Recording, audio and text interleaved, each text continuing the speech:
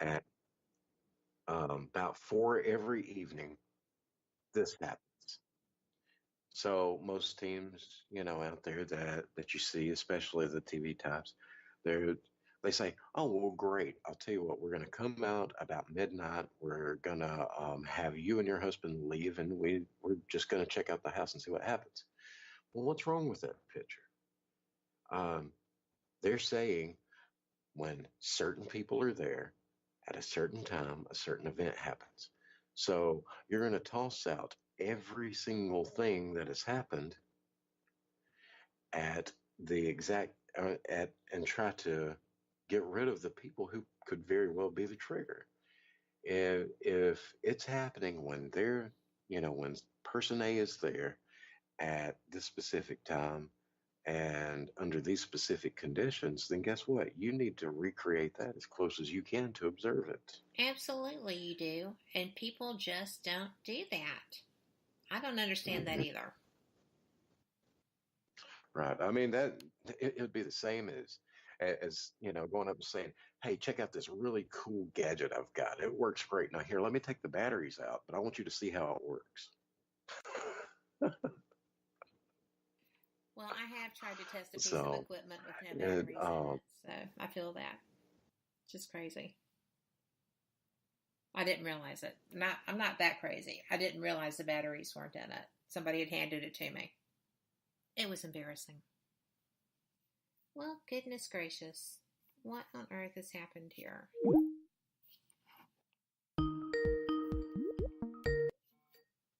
Hello there. well, hello. I apologize for that. That was the connection on my end. Oh, okay. Well, So, maybe there are gremlins running around rampant. right, yeah, the bad thing about where I live is our internet service out here is terrible. So, had to get off of it and switch over to the cellular, and now we are good to go. Fantastic. I think that is just an interesting thing. And we have Hmm. our haunted spirit guide in chat. They were talking about possibly the land being haunted as opposed to the homes or Hmm. the individuals, which would take us back to stone tape and Right. other things of that nature. And talking about cemeteries being built on some haunted locations, perhaps ground that was already tainted. And Southern Hmm. Spirit Guide, our friend You know, Lewis, said at least some of the haunted hmm cemeteries that he's encountered in his research seemed to be haunted because they had been disturbed. What say hmm you? well, that is very good. And by the way, anybody that if you're not checking out, I finally got to meet Lewis for the first time last night during the I didn't know that investigation. was your first time. We'd talked a little bit over the internet, but that was the first time actually getting to meet Lewis in person. Super great guy. Go check out Southern Spirit Guide. Some of the stuff that he writes, puts out there, it's awesome. So definitely go check him out. Tell him Frank sent you. That's but I absolutely believe that yes, a cemetery. I do think that does happen. That maybe they're established on ground that's already haunted for various reasons. But that is a very good point that he puts up about it being disturbed. You know, you have to think about it. When do you hear so many reports of activity happening? When people say, well, yeah, this house is about 60 years old, nobody's ever had anything happen in here. Oh, we moved in, and all of a sudden things are going crazy. And when you talk to the people, well, you find out what's the first thing that people usually do when they buy a place and move in. They start renovating, they Renovating. start customizing it, and they create this disturbance. Well, and it's kind of like I'd mentioned earlier, about people thinking just because a place is old or abandoned that it must be haunted. when, I can't tell you how many times I ran into a place that was brand new. First people that had moved in hadn't been there but just a couple months, and nothing ever happened, no kind of history there, but they move in and the house is haunted. Um, and what do both of those scenarios have in common is there's a disturbance. There is something, it's like the potential energy has always been there, but it was at rest. It's just like a circuit with, you have that battery plugged up, it's charged up, it's ready to go, but nothing's happening until something comes through and moves that switch over. That's right. To initiate it. And I think it's very much the same with a lot of the haunted locations. Um, I think a lot of times it gets down to a level of just pure and simple, the geology of certain ground has more potential to store energy. And I'm not talking about like psychic energy or anything like that. I mean literal energy which our minds operate off of, which um, there's so many ways that we're connected with biological energy that we don't really think about. But when you have any kind of disturbance, yes, it can trigger ripples, so to speak. I'm going to interrupt you. Mm-hmm. So we're going to be gone for about 3, and we will be right back. And don't forget, we have Brenda's question for Frank to answer too, so this is going to be good. Oh, yeah.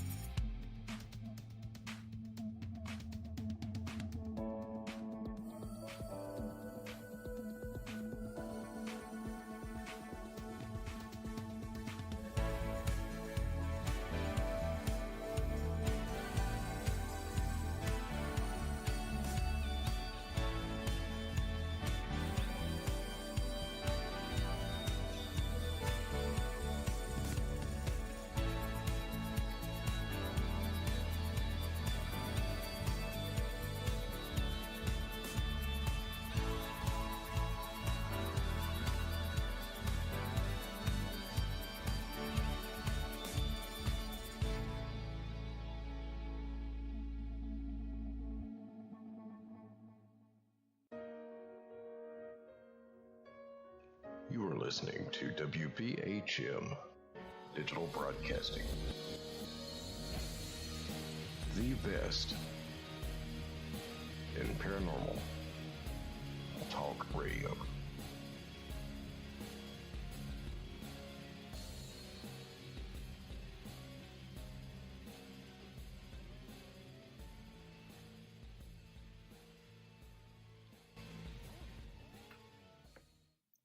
Welcome back to Fate Magazine Radio, and we are here with my friend Frank Lee, who is one of the most brilliant paranormal researchers that I know or have really ever met.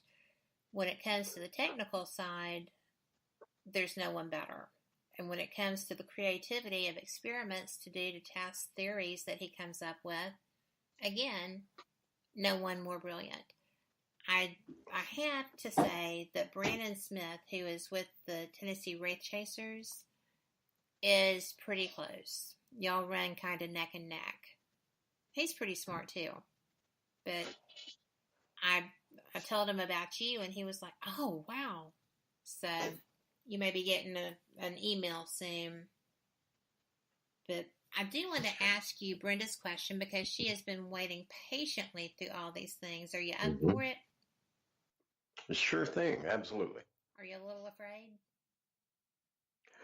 Well, you know that. With it coming from Brenda, I'm definitely going to be a little nervous, but there's no way that I can let her down. So go ahead and fire it at me. Okie doke. It's actually a really good question, and we haven't even approached it yet in this conversation. But she would like to know, what was the first thing that ran its creepy, cold fingers down your spine and made you a believer in the possibility of paranormal activity and got you started in your research? Well, you know, I was always curious about things. This goes back as far as I can remember. You know, and I even had a near-death experience when I was a child, um, which is really where it started. Um, when I was about 6 years old, I I had been put in the hospital for a relatively minor procedure, and I had an adverse reaction to the anesthesia. Um, as a result of that, I was actually flatlined for right at 6.5 minutes. I mean, you know, they were about ready to give up on me. The the thing about it is, which that's kind of a common occurrence, but I remember um, I could account for the time while I was flatlined. I knew everything that happened that was said. And I remember there even being other people in the room that shouldn't have been there. They weren't dressed up in medical clothing or didn't even look like they're from this time period. Um, I can remember, and it kind of freaked everyone out when there was 6 years old, and you know I was describing in detail, you know them. It was the fourth time that they tried resuscitating me that they finally got my heart going again. Um, you know, and describing that, and you know the doctor after the third time didn't work, um, saying, you know, it, we've lost him, and the nurse saying, no, I know his family, we can't, let's try one more time. Um, the that whole experience was what made me think, you know, okay, there's a lot out there that I don't know. And I mean, even though I was extremely young, that sparked my curiosity. And from then on, it affected me. You know, I remember being in second, third grade, you know, all the other kids are reading Clifford the Big Red Dog and um, all this stuff. And I'm reading Scary Stories to Tell in the Dark and Mysteries of Easter Island and Bermuda Triangle and UFOs. Um, And Fate that's kind of Magazine. how, absolutely. Um, they, that's how it all kind of started. Um, when I got a little older, when I got to be about 15, I started really researching more into it. I remember I was 15 years old when I read E.S.P. Hauntings and Poltergeist by Lloyd Arbach. Fantastic book. That that book is, if you have not read that book, then right after this show is over, order that book. Don't even get up from the computer. If you're listening at the computer, go ahead. If you're listening on your phone, go ahead and, you know, type it in there. But get